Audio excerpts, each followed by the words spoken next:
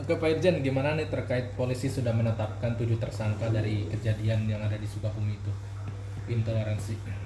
Baik, terima kasih. Assalamualaikum warahmatullahi wabarakatuh. Selamat malam dan salam sejahtera untuk kita semua. Seperti ulasan saya kemarin, ya, bahwa aparat harus tegas, jangan dibiarkan seperti ini. Kena ingat bahwa bangsa Indonesia ini adalah heterogen, ya, multi etnis, multi agama. Jadi jangan oleh oknum-oknum tertentu diporak-porandakan semua ini. Di jajaran, di sudut manapun pasti ada. Ya. Di NTT aja banyak agama Muslim, bro. Ada juga agama Konghucu di sana. Di mayoritas yang di Jawa Barat ada juga. Nah, udahlah. Kalau dalam bahasa di agama Muslim katakan ya lakum dinukum aja, kan gitu. Agamamu agamaku, tapi nggak usah ganggu. Tapi kelayakan hidup umat beragama itu jangan juga diporak-porandakan dengan ego pribadi atau kelompok. Jadi kemarin langsung diambil langkah tegas. Saya yakin perintah pimpinan negara itu hajar dapat 7 tersangka, buktikan ini supaya jangan terjadi lagi kepada wilayah-wilayah yang lain.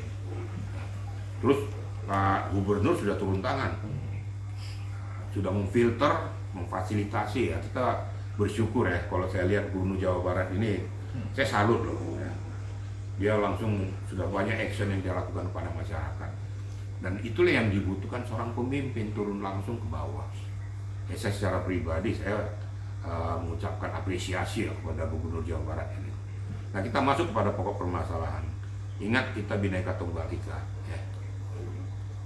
Agama yang kita anut di sini bermacam-macam. Mari sama-sama kita dudukkan, ya, agama sesuai dengan apa yang kau anut. Hukum tetap tegakkan, tidak ada ulang milih, ya. Kenapa? Justru agama yang mayoritas melindungi yang minoritas. Itu layaknya suatu negara yang merdeka, beradab, Bhinneka Tunggal Ika, yang berdasarkan Pancasila dan Undang-Undang Dasar 1945. Yang mudah-mudahan dengan langkah-langkah yang sudah dilakukan, saya lihat petinggi-petinggi negara juga ngomong juga, para ulama juga sudah ngomong juga ini, menyesalkan sekali tindakan ini. Jangan sampai terjadi. Sampai saya dengar ada dari belahan timur sana, kalau begini kita sudah aja, kita pisah aja. Memang berbahaya memang. Ngomong lagi nanti Bali gimana coba? Ngomong NTT nanti, ngomong Papua. Ini yang harus dicegah. Jangan terjadi pecah belah ini. Karena di daerah-daerah sana pun sama ada juga. Saya nih mantan Kapolda NTT, itu pada saat MTQ yang menjaga itu agama Kristen. Di Ambon juga kayak gitu. Pada saat Natal yang jaga itu agama Muslim loh. Itu hebatnya mereka tuh, kerukunan umat beragama itu. Nah, ini kita jaga.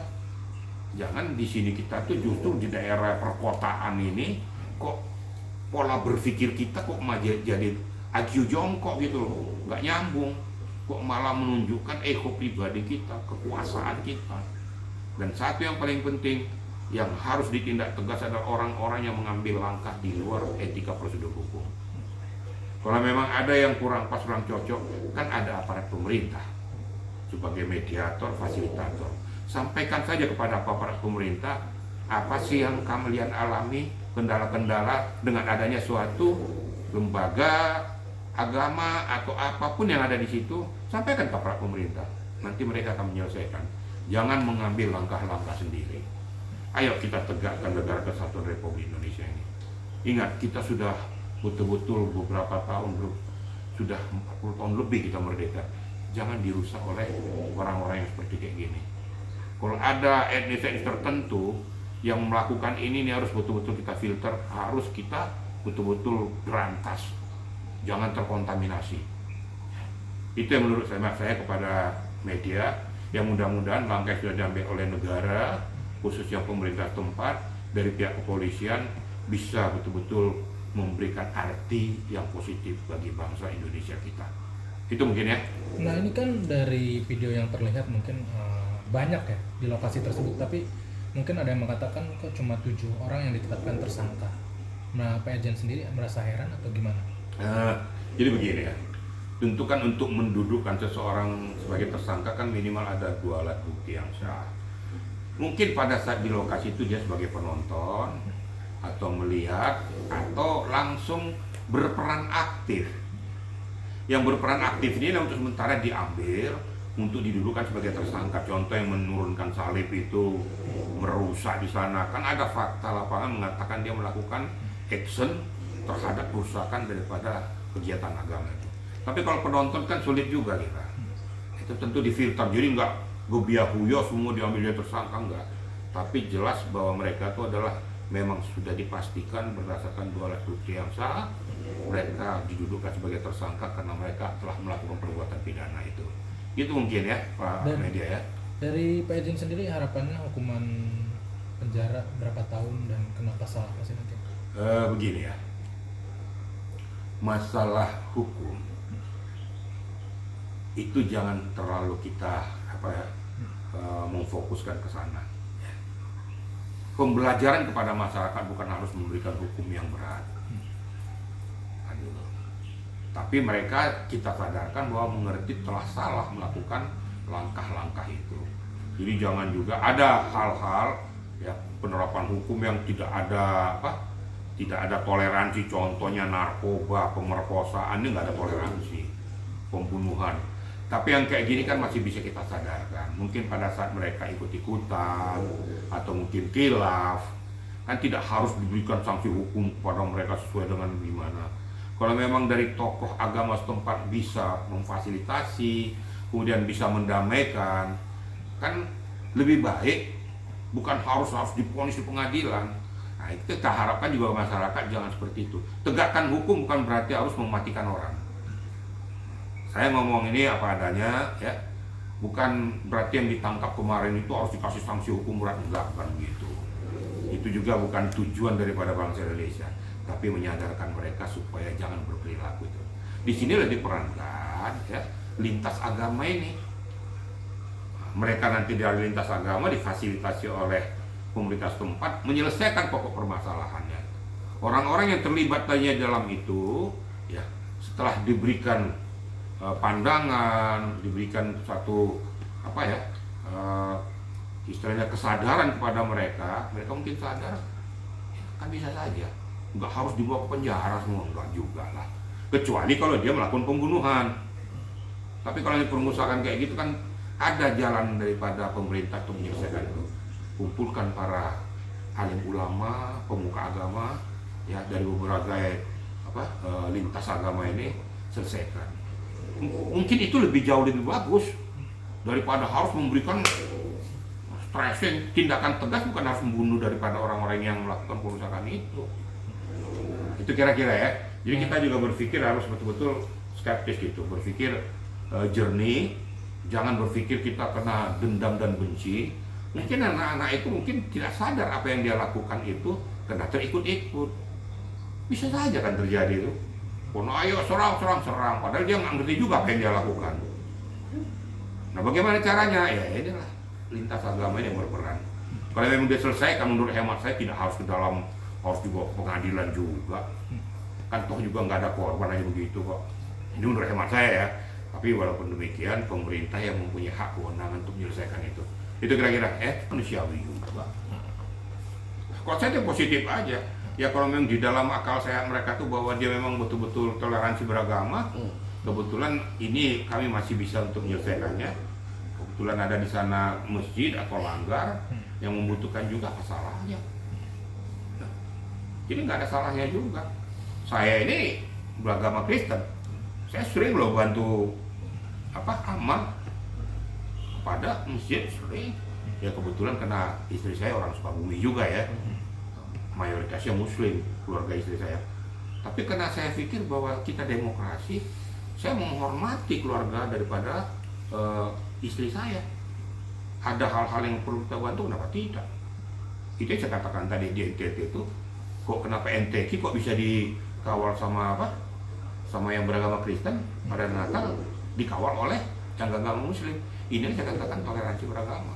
Jadi menurut Anda itu bahwa itu disumbangkan ke masjid yang mungkin membutuhkan atau rusak, yang menurut saya manusiawi juga lah.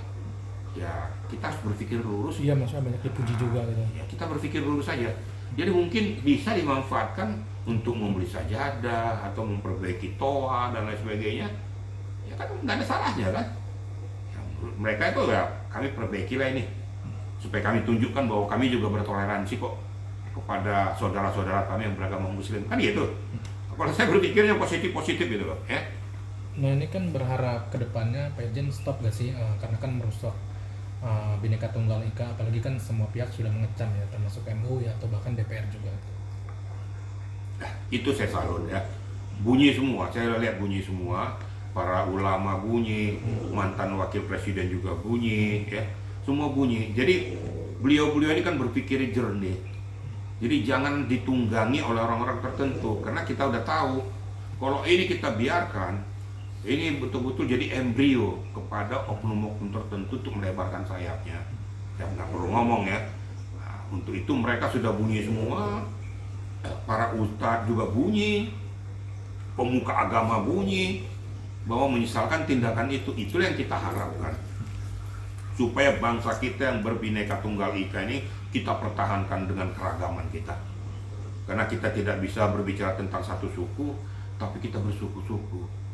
Kita juga mempunyai agama masing-masing. Kita juga mempunyai wilayah masing-masing.